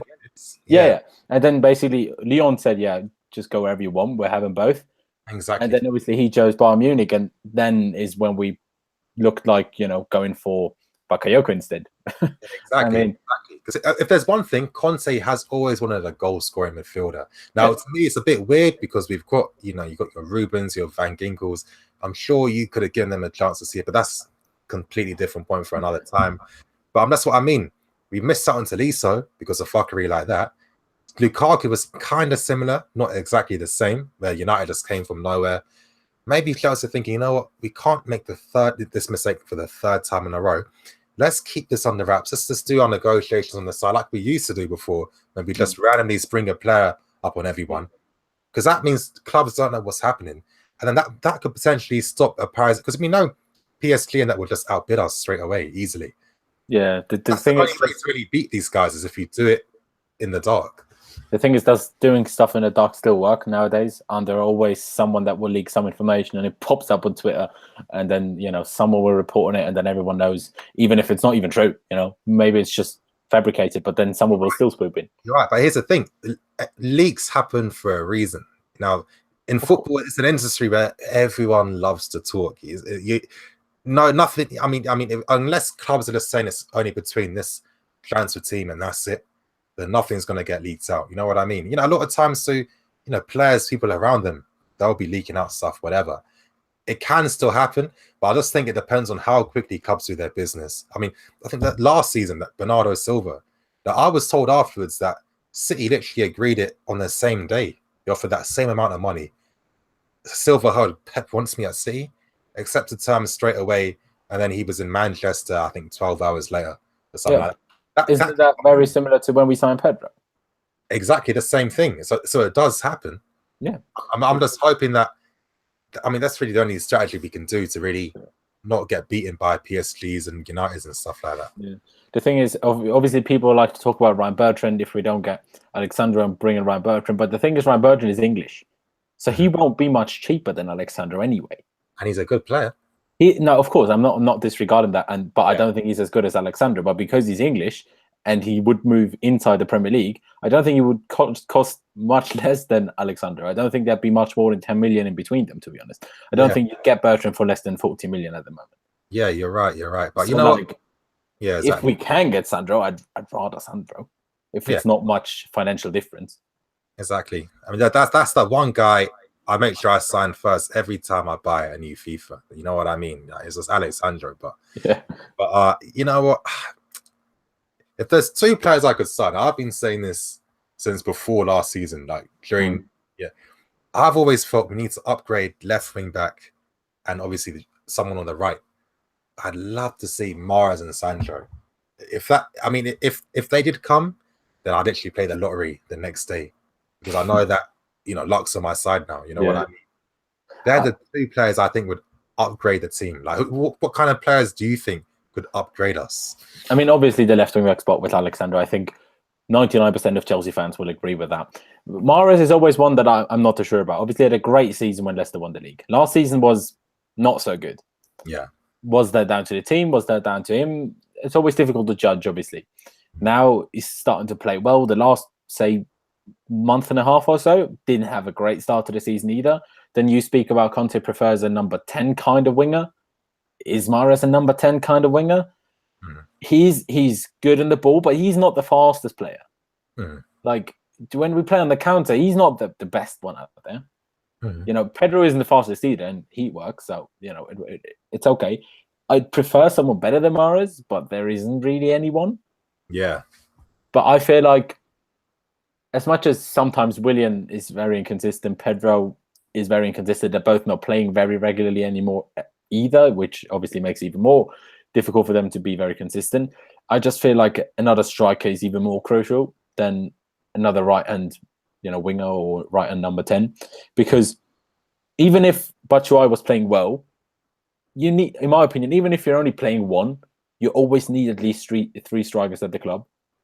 I think it's absolutely ridiculous that we only have two strikers. Like, it can happen that Morata gets injured, Batshuayi gets a suspension, or imagine if Morata was injured during this whole period now. During this period of every day, games every 3 days, then we'd have to play Batshuayi, because you can't play Hazard, Willian, and Pedro every game. And then who do you play? So, I mean, obviously it didn't happen, and we won't have that much congestion of fixtures anymore this season, even though it will be, a lot of games still. But I just think it's ridiculous that we don't have three strikers. I don't know, Younes, before I say my thoughts, but what do you think on... Younes is gone for some reason, I think. Oh, is it? Yeah, he's kind of vanished all of a sudden. I don't know where he is. Oh, all right. We'll see you soon then. But I don't know. It's like here's the I don't know. Always has got to look at how the manager actually uses subs and uses the squad. Having 3 strikers to me is a luxury, because how many times has Conte even subbing on another striker? You know what? But is it not because Batshuayi isn't good enough? Would he, if there's a better striker? I mean, that is a possibility, but then at the same, I mean, of course, that is a possibility. You know, if the manager had much better players, maybe you feel much more confident to play them. But it's just like, why is it always the extreme where you need to have why do you have to always sub off world class to bring on world class? That's a reality that I don't think any club really has at all. I mean, even when you look at the best teams, you know, do Real Madrid have a world class backup to Ronaldo? You know, do Barca's front line have a world class backup? I mean, Deulofeu is the backup to them. You know, that's how football works. You know what I mean? But the City deal with Jesus and Aguero, really. And then look how Pep rotates. That's the difference. He constantly rotates. You know, well, he has the squad to do so as well. Like, they don't lose much quality with rotation. Yeah, you are right. You definitely are right by that. But then I don't know. Maybe I don't know. I just Conte's never been a guy that really rotates with his team, though. That is the reality as well. I just can't imagine that. I mean, to bring in a top class, you know, play on the same level as a Morata. No, I'm not saying bringing someone on the same level as Morata. I'm saying more suited. Do you think? It's more suited. I don't think Batshuayi is a bad striker at all. Yeah. Like, you know, you don't score almost 20 league goals in Liga for nothing. Especially at what was he then, 22? That doesn't happen for nothing. He's not a bad player. And, you know, he might not be perfectly suited. He might not work as well with the players around him. There's a lot of, you know, constants that play a part in why a player doesn't perform as well as maybe you'd hope for. Obviously, he's not getting the chances either. But I just think it doesn't have to be an Icardi who, you've got a point that he's similar to Batshuayi, but he's a much, much better version of Batshuayi. Yeah. So, like, he gets a chance and he scores. And he's more likely to get chances than Batshuayi, I feel like, a little bit as well. Mm-hmm. But, I mean, I don't have a particular player in mind. And, you know, it's a bit silly to have the discussion without having a player in particular in mind. But okay, someone that is similar to Morata, but not too similar, offers something slightly different. But it's just someone that is good enough to bring on and to actually trust in to do something. Because whenever I think about Batshuayi starting, I just always think back to when we lost to Crystal Palace. Yeah. I'm like, what did you do all of that game? Like, you were literally invisible, and even though all the other players around him weren't having a good game either, but, you know, if you have a good striker there, your other players are also more likely to have a good game. Mm-hmm. I mean, obviously, the dream would always have been to keep Morata and Costa. That'd be great, but... Yeah, I know, but I'm thinking would Morata even get much games? Because here's the reality too. When we are in the lead, Conte brings on a midfielder first, and then maybe a guy that would, you know, he takes off someone from the front three, brings on a midfielder. For some reason, he likes to swap, sub out wing back as well. So really, if a striker did come, he'd probably only get maybe 10 to 15 minutes. Those type of things we were talking about, those contexts work in terms of, like, if we aren't winning in a game and we need someone else to come on. But that doesn't normally happen as much for a team like Chelsea, you know what I mean? Because, you know, we win most of our games compared to losing or drawing. Yeah. I just think that I think this is where Conte needs to take responsibility. I mean, we were speaking about Birch and Traore. If there was anyone tailor-made for what Conte needed, someone that can be the striker, that can drop deep, link up the play, that can also play out wide as well. Traore was that guy. Yeah. I think it's a bit of a disgrace, really, that he didn't even speak to him and he wasn't in the plans. And it's this type of short-term stupidity that always costs us. Because I mean, Bertrand's a better player than Michy. I always agree. Like I said, I agree that Bertrand Traore would be very well suited for now. But I think you always have to take what players say with a little bit pinch of salt, especially when they're frustrated. Right, I didn't get a chance at Chelsea. I was there. You know, I really was hoping to, you know, have a future there. He's not the first player to say that, though. Of course not. But there's a pattern. We haven't sold that many players since Conte has turned up. So saying, you know, he never spoke to me, I'm not saying that's not true, but I'm saying we can't take it as a guarantee, because we don't take everything that Mourinho ever said as a guarantee. We don't take everything that Conte ever said as a guarantee. So why are we taking something that Bertrand Traore takes as a guarantee? I don't know. I don't know. I don't think Bertrand would say anything too crazy. Like if he was like, I don't know. Yeah, no, but I'm just saying. I'm a positive-minded person, especially for the players. No, for the people that are at my club. I don't mind slating people that are not at my club at all. Yeah. But I always try to have a positive mindset and just think the better way, if there's two ways to think about someone at my club. You say, I don't want to. I'd rather give someone the benefit of the doubt, whether that was Mourinho at the time, whether that is Conte now, whether that our players, when people say they're being lazy, or or David Luiz just wants to force a move, and I'm like, rather giving them the benefit of the doubt. Rather, maybe this isn't even true. Yeah, I know what you're saying. But I don't know. I still really think Conte could have done himself a lot of favors if he actually looked at who he had, because there's a lot of players that really suits the needs he needs, and it's not even necessarily that they need to be the best in what they do. But I mean, for goal-scoring midfielders, you've got 4 of them on loan at the moment. They could have added something to the game. If that's your natural game, where you know what positions to take up, how to attack inside the box, what to do with the ball in the final third, and you're playing with top quality players around you, it's not as hard. I'm sorry, this is myth there. It's just like, you have to be of this elite level to even be able to play these players. We've got a lot of players who are good enough who can do that. But then, managers always look at the arbitrary things like, your previous history, what you've done beforehand, blah, blah, blah. Even at Chelsea, even when players have had good loans like De Bruyne, being in Bundesliga Team of the Year when he was at Werder Bremen. Same goes for Christensen. Christensen as well. It really wasn't enough to get them guaranteed places or to really properly use them. You know what I mean?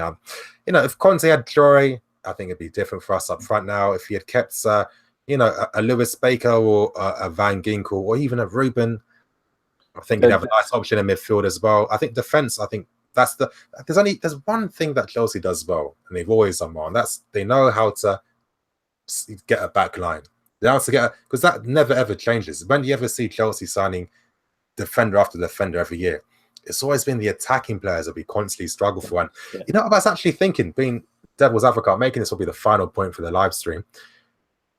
You were thinking of players who are similar to Morata, who could be an understudy or backup, or a number 2 to him as well, whatever.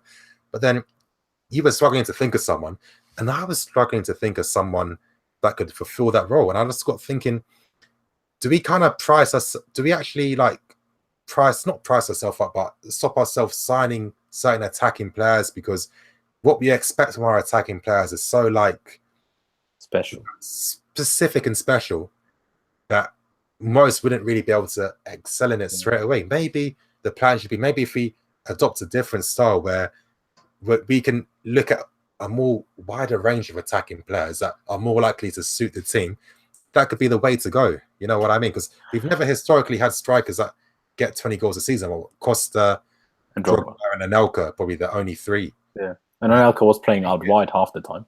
Exactly. You know what I mean? So it's like we make it ridiculously hard. So maybe I think it's about time we need to start changing maybe how we play a bit. I completely agree, but at the same time, the Costa and Morata are very similar, and they're both. Even though Morata hasn't set the world alight, but he's still got 12 goals in all competitions, and he's still definitely not been awful except yesterday. So, and maybe with another few games, out there. Yeah. So there are different players. My issue, why I didn't really think of anyone, because I prefer to bring someone experienced in. That's why I wanted Llorente in the summer, because I want someone experienced that can give us the option of not coming on and still needing to learn. Like I said, needing the game time to actually be good. Someone that has had the game time in the past, is experienced, can come on and do a job. And also, signing an experienced player gives us the option of possibly, hopefully, giving someone like Tammy Abraham the chance in 2 years' time. Because if you sign another, that's my issue with signing these 24-year-olds, 22-year-olds, like Bakayoko. You're never going to play Ruben Loftus-Cheek when you keep signing these young players. That's why I want someone like Vidal, because he can be very good on a top level for 2 years. Yeah. Then maybe there is someone that can come in that's young, that comes from the academy. But if we keep signing Morata, Bakayoko, these age kind of players, Rudiger as well. Yeah. However, our youngsters going to get a chance when there's actually players that are slightly older than them and maybe of a similar level or just better.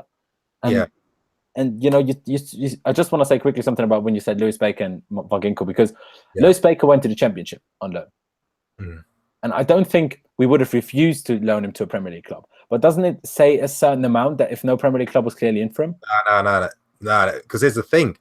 This is the issue with, this transfer window, a lot of things went wrong. And one thing that really affected a lot of players were the guys who were supposed to get loan moves, because I mean, we need that. Remember, Kennedy was in Newcastle. He had to come back because the rumours going around again if we're signing a wing back, isn't it? So.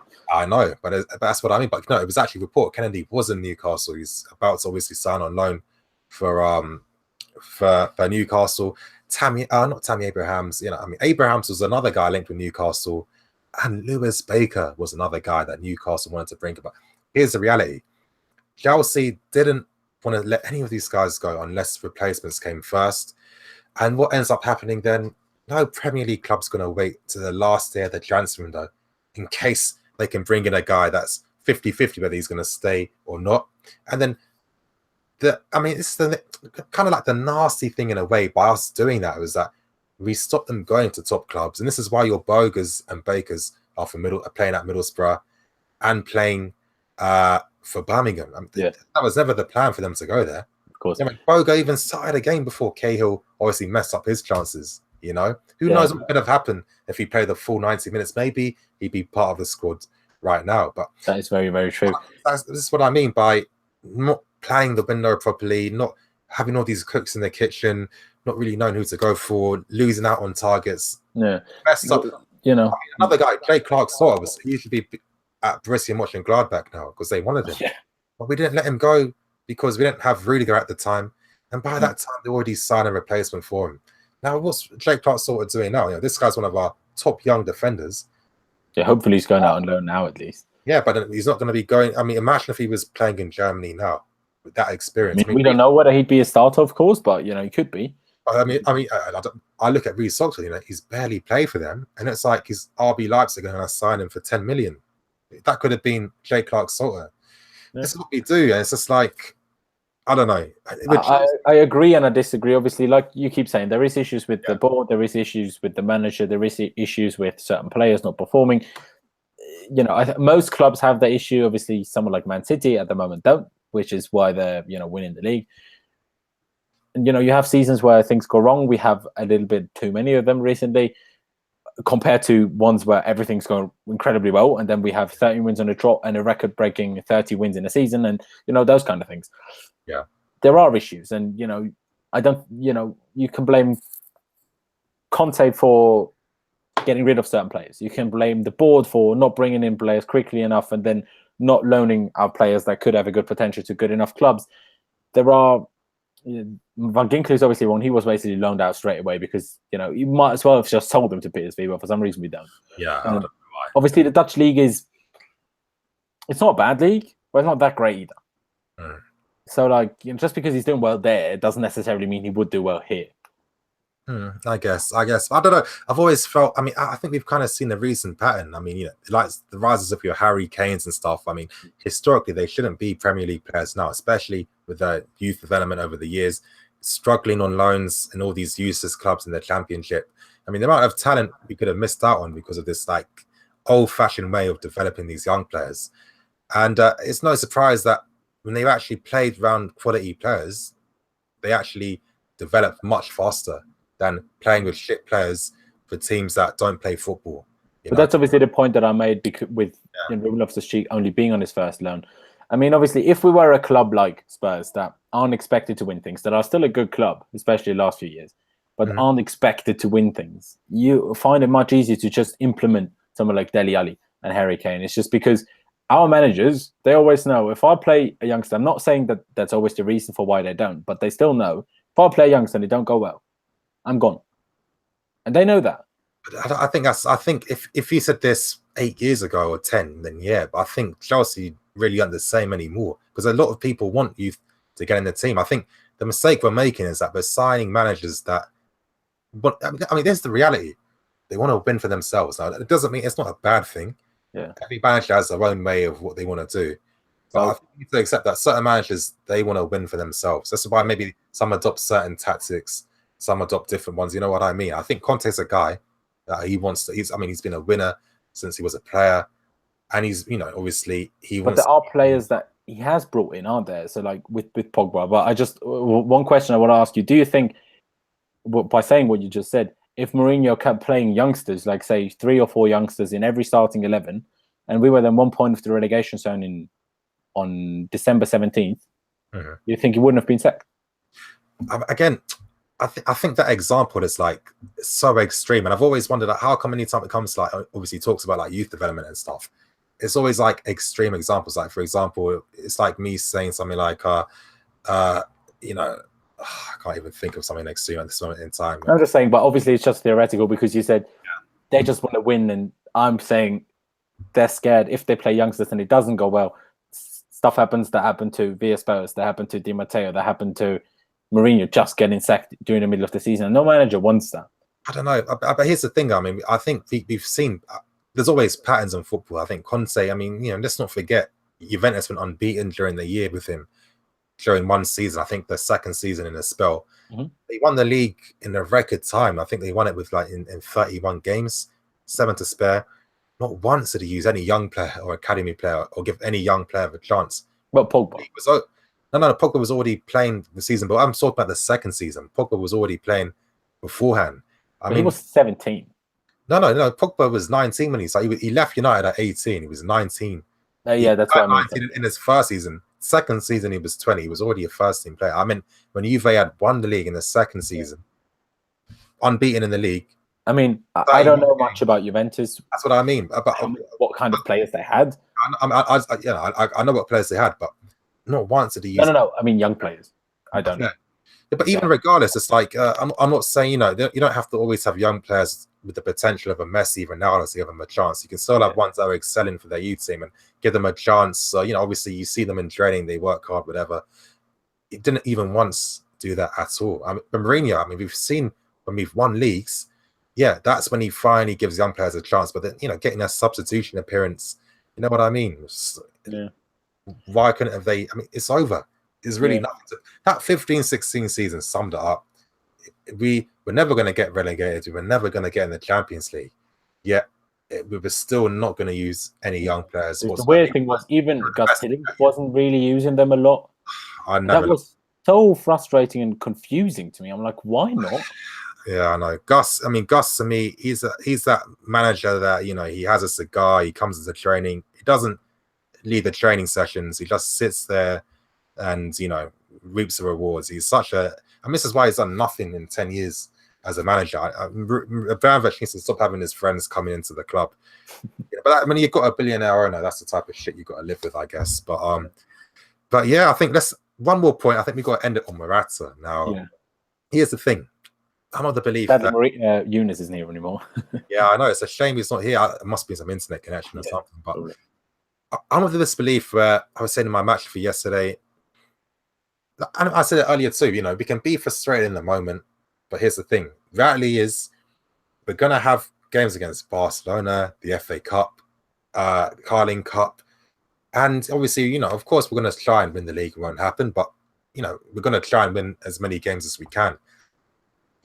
With Morata, we know he's a confidence-driven player. That goal against Stoke, remember that in his hat-trick appearance, that ridiculously acute finish? Morata on form, where he isn't overthinking stuff. They're the type of goals he can score. At this moment in time, when he has the space and the time, and he's got pressure on him, he's going to fold. I think it's best that one fans will get on his back because, he's our only striker. It's not as if Suarez is going to come in January, And number two, I think that Conte, he needs to find maybe different ways to boost his confidence. Now, that game against Stoke beforehand, I said in my match review after that game, I didn't think it was good for him to sub him off for Mitchie. I know people are thinking, Mitchie deserves a chance, but I was thinking, you know what, we're playing Arsenal. I think that was for rest issues, though, wasn't it? Yeah, but that's what I'm saying, though, because I'm thinking you're professional athletes. I'm not going to buy this excuse of rest all the time. But if you rest a player, you do what you do with Hazard. You don't play him in the entire game. But with Morata, he's the type of guy where if he had scored against Stoke, he would be ready for Arsenal, Yeah. The longer Morata doesn't score, the lower his confidence gets. And I think with certain players, managing is not just tactics, it's about managing the squad, managing people, He needs of getting Morata on confidence because, we're going to need this guy for the season. Yeah. I mean, there's so many ways that he can. I mean, he keeps playing him. If he starts him again, he won't start him against Norwich, which he probably should because, he could probably score a few against them, which would do him well. I'd actually play him there. He needs the goals. And do we have a week off after Norwich? You know what? I always just check the schedule a few days before the next. I think we actually have a week off after Norwich, which is the first time in a long while. Oh no, we play Arsenal obviously on the 10th. Oh yeah, yeah. But then we have Arsenal. So then I'd rather beat Arsenal, and Yeah. don't you think? Like I'd rather rest him against Norwich and then start him against Arsenal, to be honest. Yeah. But what was I going to say? So he keeps playing him. So that's one thing. He did protect him yesterday. Post game. It's not a moment of confidence for him, but he will get there. The gun will come, and he's still a young player. And I did like that. And I completely agree with you that we have to give him a chance. And obviously, you and I, we both know that feeling. We both record our reactions very soon after the kickoff. Exactly. I mean, I tried to start, because obviously I edit, you do it live. So I tried to start literally seconds after the final whistle. Yeah. So I'm very fresh. Yeah. I don't even take any time. So my reaction then when I'm very frustrated players, by the time I'm done editing, I would have said something completely different. Mm-hmm. So as much as I am very frustrated at him, and as much as I still believe what I said yesterday, that a £70 million striker should convert at least one or two of those chances, I still think he will come very good for Chelsea, because I think he has everything that you need to be a top-class striker. Because even though, yes, they were helped by awful defending by Arsenal, he gets those chances. He gets a lot of chances. Mm-hmm. And I read the stat that he missed the second most amount of chances of any player in the league, just behind Salah. He missed 15 big chances. Which, I mean, Salah still scored 16 or something. So, yeah. Still, I mean, I keep saying that about Salah. Everyone keeps raging on about him. I'm like, do you know how many chances he actually misses as well? Anyway, but Morata, it is frustrating. But I think he will come good. It is his first season in England, and Conte keeps saying that as well. It is his first season ever being the starting striker for any team. Exactly. No, 100% agree. And I just think, all of us, everyone that's watching us, thank you for watching us. This is what we're trying to say. Obviously, we need to have patience with players. We live in a time now, especially with the money in the, in the Premier League and in football, everything's become even more instant, with social media as well. You can see one miss from a player for the whole year. Everyone's tweeting about it, recording it. This is why there's no patience when it comes to players. But, we need to accept this is how football works, regardless of all the outside stuff that happens behind the scenes. You need to give time to players to get used to things. I mean, Rasa is 25. He's going to back up basically his whole career until he signed for us this year. I don't get too angry that he misses all the time. I mean, Arsenal was the exception because he had 3. I mean, come on, 3. I got angry against Bournemouth, even though we won the game, but that pissed me off. Anyway. Yeah, exactly. We're going to have those moments. Only have a go at him if by next season, same time, he's doing the same stuff. Then we can have a go at him. But I mean, I'm kind of gonna contradict myself a little bit right now, but as much as playing in a new league and first season in England, being one-on-one with the keeper doesn't matter whether you're in Italy or Spain. Exactly. Or in England. That doesn't matter. Whether you're one-on-one with the keeper, and even if it's Peter Cech, he's not Peter Cech of 2012 anymore. Exactly. And, to put it 2 yards wide from inside the box is a little bit ridiculous. I get that he wanted to curl it into the bottom corner, and, He didn't even curl it. That's what he got wrong. Like, he probably misjudged where the ball was, trying to look at the keeper, where to put it, and had a shot without looking at the ball. I assume that's what happened. Yeah. But you can't do that. Like, you can't put it wide. You're right. But you know what? This is the annoying thing. It's not the first time he's done this. He's had a history of missing these types of chances. Exactly. There was actually this amazing... No, I can't say amazing because Morata's a Chelsea player, but there was this clip I saw earlier on Twitter today of all the exact types of misses he's missed over the past few years. It was like 2.5 minutes long, and it was just painful to see. And I was just starting to think of stuff like, maybe Morata doesn't have 20/20 vision. I mean, maybe there's something in his brain where he just can't really, he's just idolized Torres too much. but remember Pete Torres, though, that shit was going in the net every single time. But he's had a history of missing those exact same types of chances. So yeah. I'm not. I had this scary thought of maybe, even if he's a first team player here, maybe it's just not all of that. Maybe he's just a good player, not an amazing one that we need. I don't know. Like, I think finishing is something that you can work on. Getting in positions is something that's way more difficult to work on and to teach. Yeah. So, and I think it's way more confidence based. And if he gets the confidence, I think he will. That's why I'm very confident that he will become a very good player and a very, prolific goal scorer for us. Obviously, not being a starter anywhere makes it more difficult to, you know, convert all of these chances off the clip that you saw. Yeah. But he's still got a lot of goals for Real Madrid, even though without being a striker. Yeah. So, and he's still got 12 goals so far this season, which isn't outstanding, but is still good. Yeah, I said I'd be happy with him getting 18 goals minimum this season, which he's probably on target to do. Yeah, which is more than on target to do. Like, yeah, it'd actually be crazy if he, like, say if he scored 2 yesterday, if he scored the one against Bournemouth, if he scored both or at least one against Stoke, he'd be on like 15, 16 goals already. Exactly. And Costa only ever scored 20 goals for us in the league. Yeah. So, like, it'd be crazy to think that Morata will already do better than Costa in his first season, which he clearly could do because, you know, he's missing big chances, which Costa hasn't done. Yeah. Costa rarely missed, but obviously had, you know, less chances. He did a lot less. Yeah. Yeah. Whether that was down to our playing style or, you know, his playing style compared to Morata. I mean, one thing, as we were saying earlier in the stream, you know, Morata makes his own chances with his movement. You know, Diego was always waiting for the ball to come to him. That was a big difference. But yeah, you know what? I think we're gonna have to end this epic. It's 11 o'clock, and we took us a while. Yeah, wow, my throat is it's kind of hurting a bit now. I've been talking way too long. But Lawrence, thank you for coming on, man. Obviously, it's been a pleasure to have you. And obviously, shout and plug anything that you need to do now. Let the people know. What's the next video you're going to be releasing? Well, first of all, thank you for having me. It was a pleasure, obviously, because we haven't done too much together. There was a lot to speak about. Obviously, if we're going to do a few more of these in the future, it's probably not going to go as long, I assume. I don't think it can. Yeah. Yeah, so basically, obviously, I am from 100% Chelsea, if you will. So head over there, subscribe to them if you haven't already. Obviously, subscribe to Nini as well. Why not? Well, you're here. If you haven't already, what you're doing anyway.